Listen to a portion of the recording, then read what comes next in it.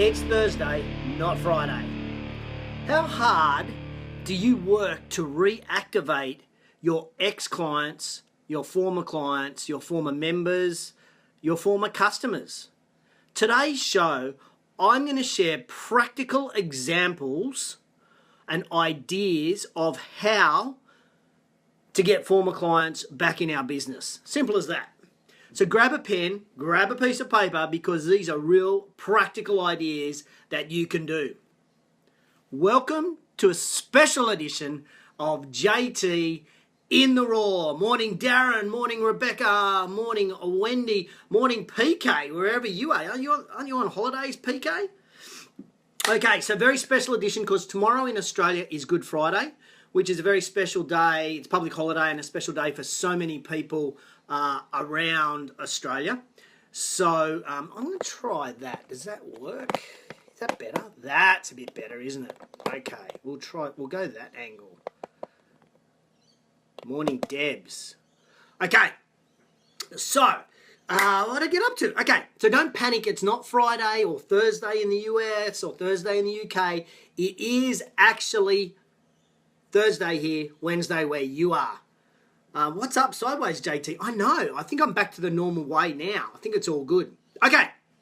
So, today's show 41. And I said the focus is going to be reactivating former clients today.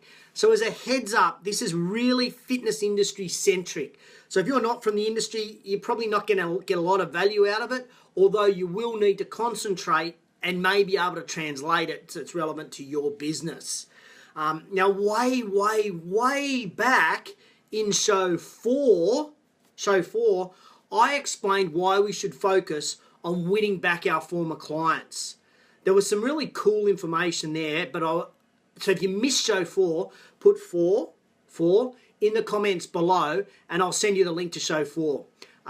So that was more about why we should win them back and how easy it is to win them back. Today's show is about specific tactics that you can use to market to your ex-clients or customers. Okay. In other words, we're going to get in the trenches today. We're going to get down and dirty with some real life stuff. Because we all know it's more cost effective to get a former client or a former customer back than having to go and find a new one. Really simple as that. So let's rip in. Now, please understand though, these tactics can work and will work for ex-members of gyms, former personal training clients, or even people that have participated in one of your challenges that you've run in your club. So in an internal promotion to get them back into another transformation challenge or another fitness challenge. Basically, you could use these tactics across any level of your business if you put the effort, the energy, and think about it in. Okay, so here's my firm belief that once you opt in to connect with my business, it is then up to you to opt out. Let me say that again. Once you opt in, it's then up to you to opt out. So when you joined with me and I gained your personal details like your name, your phone numbers, your email address, your postal address, your birth date, you're saying to me, you can use this information, JT. You're my customer, you've given me this information, you've opted in for this information, so I'm going to now use that information until you tell me otherwise. I also hope that many of you have collected additional information, and that is why I actually started personal training, why I joined the gym, or why I'm doing the transformation challenge. What are my goals? Why they're important to me, over what timeline? Now, I think 99% of people in the industry ask this question, but then what do we do with that information? We have to store that information because that is a really important component to understanding how this person ticks, what's going on in their head. So we need to store that information. The data you collect, this data, why people are exercising, what their results are, when they want them by, you know the stuff. When they've got that information, or when you've got that information, sorry, that has a massive impact when you're onboarding the client. And we talked about onboarding in show 39. So if you missed show 39, put 39 in the comments below and I will send you the link to that show as well. But it has a monumental impact. If we've got this information, a monumental impact for a restarting conversation with a former client. So we've got to have that. Just imagine for a moment, if you will, a phone call that goes something like this.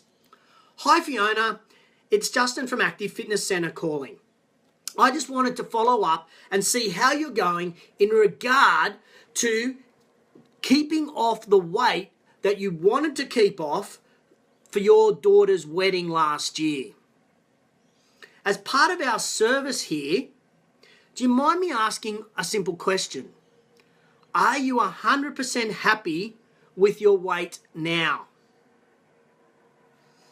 If we have the personal information that we collected when they first joined, when they first started PT, or when they first started that transformation, we can now re-enter this conversation and this relationship. Some of you might insert the word sale there. We can re-enter this relationship from an emotional perspective. Now, my first tip, or is it actually my second tip, because I've already said you need to record information and keep that information about the client, is to call every former member, former client, within 4 to 6 months, 6 months after they've cancelled their membership or their PT using the script I just used. There's your tip. Call them within 4 to 6 months after cancelling with that script. Do you want to hear the script again? Let me give it to you again. Give me a thumbs up if you want to hear it again. Quick, go. Thumbs up. You want to hear it again? Yeah, thank you. Morning, Maddie. Morning, Bryony. Thanks, Brett. Okay, here it is. Hi, Fiona. It's Justin calling from Active Fitness Centre. I just wanted to follow up on how you were going in regard to keeping off the weight you wanted to lose for your daughter's wedding last year. As part of our service here at Active Fitness Centre, do you mind if I ask you one simple question? Are you 100% happy with your weight right now? Okay, here's a bonus for you guys. I'm sweating. I am sweating. Must have been the workout this morning. Okay, as a special bonus for this week's show, in the comments below, I'm going to copy and paste that script for you so that you can just go to the comments, you'll see that script, and then you can start using it in your business. High five, JT. Thanks for that. That's what you're all thinking, I'm sure. I hope. Okay, so when else should we contact former members? So I said, first of all, contact them 4 to 6 months after they've cancelled. But when else should we? Well, first of all, I'd never let a cancelled member leave a closed Facebook group. Often with transformation challenges, we set up a different transformation challenge closed Facebook group. Or our PT business, we have a closed Facebook group. If they were a client, leave them in there. Leave them in there. Because the community of that may in fact get them back. May in fact get them back. So leave them in that group. Okay, I would send a handwritten birthday card every year to that former client. Every year I'd send one with no call to action, no offer, just a genuine birthday card that shows I care about you, even though you're not still a client. Just saying. Okay, I would email members, especially former clients, when a new PT joins our team. Now that email would include a video, because video is really powerful, of the personal trainer introducing themselves and explaining why people should train with them. What's their area of expertise? What's their background? Who are they trying to help? But here is the key point for you if you've got former clients and you're going to do this. This email only goes to the people that the trainer can help. So if you have a trainer that comes on board who's an expert in weight loss and training, let's say women who are postmenopausal, trying to get their weight down or keep their weight down. If that's their area of expertise, do not send that email of introduction to that personal trainer to me. I am training for a marathon. I don't need to know that that is the expertise of that trainer. But as soon as you put a trainer on who is an expert in running, then you send me an email that says, hey, just thought you might be interested in this new trainer, Dave, who is a marathon runner and loves training people for marathons. See how we can segment our market, and that's going to be really powerful. We don't want to clog up inboxes of our former clients with unqualified information or junk mail. Okay, so when we launch a new program, when we change a timetable, when we've got new equipment, what else? When we change the opening hours or anything else in our business, anything new in our business, that gives us a reason to go back to former members or former clients. You see, they may have cancelled because you didn't have enough treadmills and now you got 2 or 3 more treadmills. They may have cancelled because you changed their pump class on a Monday night to a spin class and then you changed it back. So you want to go back to them and let them know that this is new. Okay, let me just explain this segmentation thing a little bit more because I think this is really important. Because when we're going to go back to these people, we want to add value in that email. We want to add value in that email. So because we've segmented them or put them in little buckets based on the results that they want or based on the services they want to use, we can then tailor that communication so it speaks directly to them. That email can have educational value and that adds value to them. So we're now not just trying to sell them coming back, we're educating them on why they should come back because of our new service, our new trainer, our new timetable, our new hours, whatever it may be. If it is relevant to me, you're adding value to me. If it is not relevant to me, you're not adding value and you're putting shit in my inbox that I am just going to delete and in fact opt out of, and then you can never communicate with me again.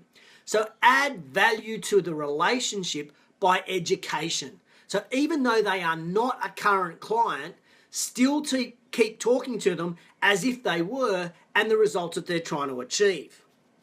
Okay, can you now see how important we keep a record for the duration of a member being a client with us? We keep that information on file so that we can always go back to it and use that information. All right. My final suggestion, morning Pete, morning Sean, morning Jared, morning Chantel. My final suggestion is that when somebody comes to cancel their gym membership or end their personal training relationship with you, I would give them, if it's a gym, I'd give them 5 free visits to the gym. If they're a PT, I'd give them 1 free PT session with no expiry date. I want to give this as a gift to say thank you, just so they walk away from that termination of the relationship, if you will, with a real positive taste in their mouth, a real feeling good about the brand. Often when people want to cancel PT or cancel their membership, they actually mentally cancelled a few months ago, but they've only just got around to doing it. So they're probably deep down a little pissed off. So if we want to start to build this relationship with them, let's end the relationship on a positive note. That's my tip. Now, many times I get text messages from gyms, from PT studios that I've been to, and those text messages generally are only about a special or an offer. This is why email is far more important. If you don't have their email address, do snail mail. In fact, alternate snail mail and email. But don't do text because you can't add value in a text message. You've only got a certain number of characters you're going to use. You might put a link in there, sure, but that relates back to education. It gets clunky. I'm a fan of using email in order to contact them and add value to that relationship. Okay, morning Sarah, Matt and Jimmy. All right, once you have the system in your business to bucket and segment your members, you are going to reap the benefits from the day they join forever. Because you can continue that information. That's my dog, Roxy. Somebody must be coming down my drive. You're going to be able to use that information for the duration of the relationship. So make sure you collect it. Make sure you keep it somewhere nice and safe. Okay. Have you got any value out of this? Have you got some thoughts, some ideas on how to retarget your former members, your former clients? Give me a thumbs up. And I'd love you to tag anybody in the comments below that you think could benefit from those tips. They're real practical examples for people in the fitness industry. If you're not in the fitness industry, you're going to have to think, and I'm happy to work with you if you're not in the industry, to try to come up with some ways in order to use this information in your business. So just drop me a message and I'll contact you. Okay, Roxy! Crazy dog. Okay. Now, but I am sure that once you watch this show, you might have some questions. So if you've got questions about how to reactivate, send me a message. Just put in the comments, email me on Facebook, if you will, like just do a direct message. And I'm happy to talk to you about this and try to develop a marketing plan for you around contacting former members and former clients. They're a great opportunity for us, and we probably don't take as much advantage of them as we possibly can with some real value add. Okay, now, just before I go, I do need to ask a favor of everybody watching, and I need you to listen carefully for me. This is really important. Can you please head across to the Fitness Business Podcast website, www.fitnessbusinesspodcast.com, or hit them up on iTunes.